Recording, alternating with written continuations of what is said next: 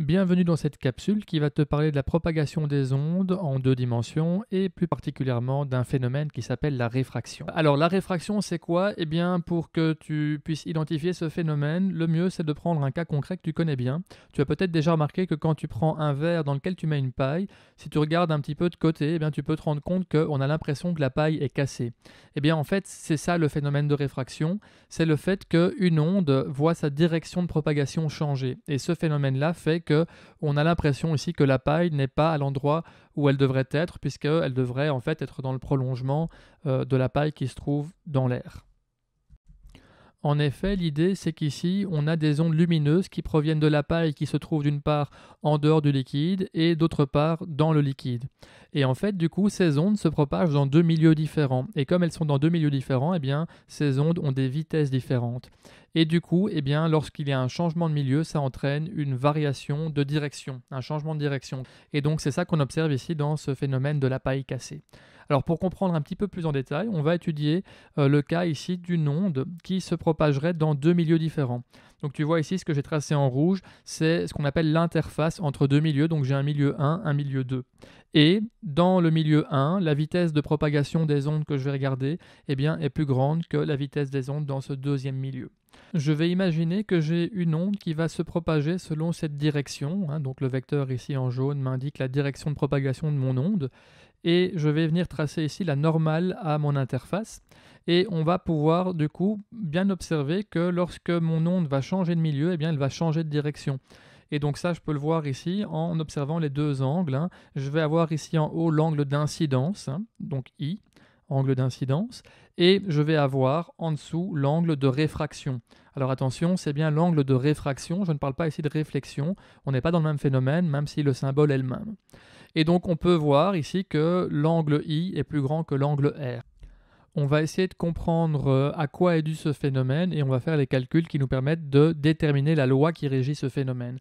Alors pour cela, je vais venir représenter un front d'onde qui va bien entendu être perpendiculaire à ma direction de propagation. Maintenant, tu sais bien que la direction de propagation est perpendiculaire, est normale à mon front d'onde.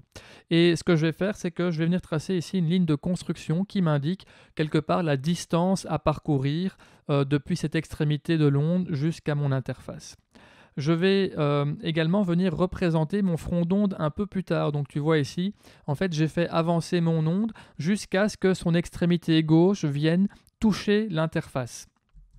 Du coup, on obtient un triangle rectangle dans lequel on peut se convaincre que l'angle ici que j'ai appelé I', eh bien, est identique à I. Et donc j'écris ici I est égal à I'. Alors si tu n'es pas convaincu de ceci, tu peux mettre sur pause et prendre le temps de regarder un petit peu les choses. Moi, je continue et je vais venir tracer encore un autre front d'onde. En fait, ce front d'onde, c'est mon onde qui a avancé, qui a pénétré dans le deuxième milieu et il me reste juste l'extrémité droite qui se trouve au niveau de l'interface.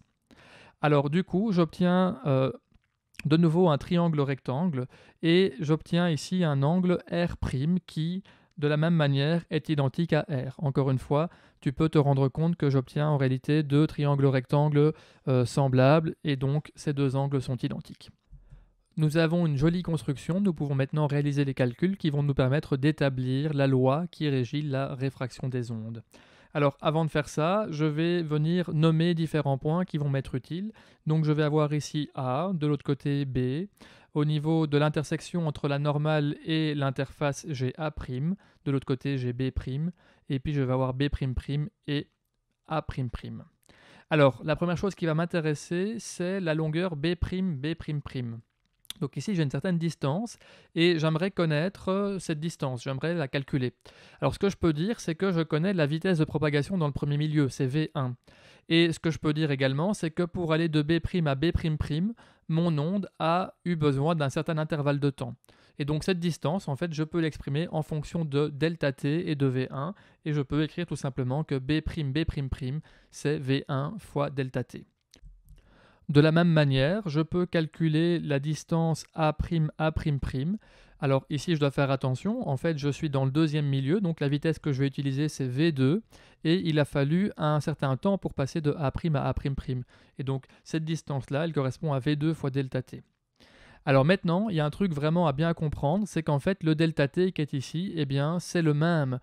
Le temps qu'il a fallu pour passer de B' à B', c'est le même qu'il a fallu pour aller de A' à A''.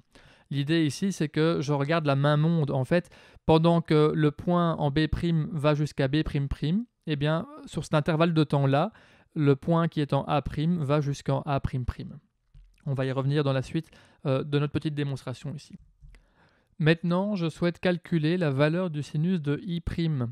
Alors, ce que je peux déjà dire, c'est que I', en fait, c'est égal à I. Et donc, le sinus de I' est égal au sinus de I. C'est une première chose que je peux dire. Et puis, je peux me rendre compte que le sinus de I, c'est égal donc à B', B', sur A', B'. Donc, j'écris ceci, hein, B', B', sur A', B'. Tu peux vérifier et mettre sur pause la vidéo si c'est nécessaire. Et j'aimerais également calculer le sinus de R'. De la même manière, le sinus de R' c'est égal au sinus de R. Et cette fois-ci, je vais pouvoir dire que c'est égal à A' sur A'' divisé par A', B'. Voilà, alors je vais assez vite, hein, mais tu peux mettre sur pause, bien entendu, pour faire les choses à ton aise. Alors là, on peut remarquer que dans les deux termes en sinus, sinus de R et sinus de I, on a à chaque fois au dénominateur A', B'. Du coup, j'aimerais bien ici isoler ce terme, et donc je peux écrire que A', B', est égal à B', B', sur sinus I. De la même manière, A', B', est égal à A', sur sinus R. Grâce à ça, je vais pouvoir égaler ces deux expressions, et donc j'obtiens B', B', sur sinus I est égal à A', sur sinus R. Alors maintenant, on arrive quasiment au bout, on va se rappeler ce qu'on a fait au début, à savoir que B', B', on sait que c'est égal à V1 sur delta t, et A', c'est égal à V2 sur delta t. Donc je peux ici venir remplacer ces deux longueurs par l'expression qui dépend de la vitesse et du temps. Et je vais pouvoir ici venir simplifier les choses, et c'est là que c'est important de comprendre que les delta t sont bien identiques, donc je vais pouvoir les simplifier et arriver à l'expression finale, sinus i sur sinus r est égal à V1 sur V2. Alors cette loi, je l'encadre parce qu'elle est extrêmement importante, c'est ce qu'on appelle la loi de Snell-Descartes, et donc elle nous permet de déterminer l'angle de réfraction pour un angle d'incidence donné. Alors évidemment, on doit connaître ici la vitesse des deux milieux que l'on considère. Et si tu étudies un petit peu cette expression, tu peux te rendre compte que si V1 est plus grand que V2, on va avoir un angle d'incidence qui sera plus grand que l'angle de réfraction. C'est le cas qui nous occupe ici, que j'ai représenté dans mon schéma. A l'inverse, si V1 est plus petit que V2, on va observer que l'angle d'incidence sera plus petit que l'angle de réfraction. C'est une loi qui est extrêmement importante au niveau de l'histoire de la physique puisqu'elle va permettre de trancher un débat important concernant la nature de la lumière, mais ce sera l'objet d'une autre vidéo. Merci pour ton attention et à bientôt dans une prochaine vidéo.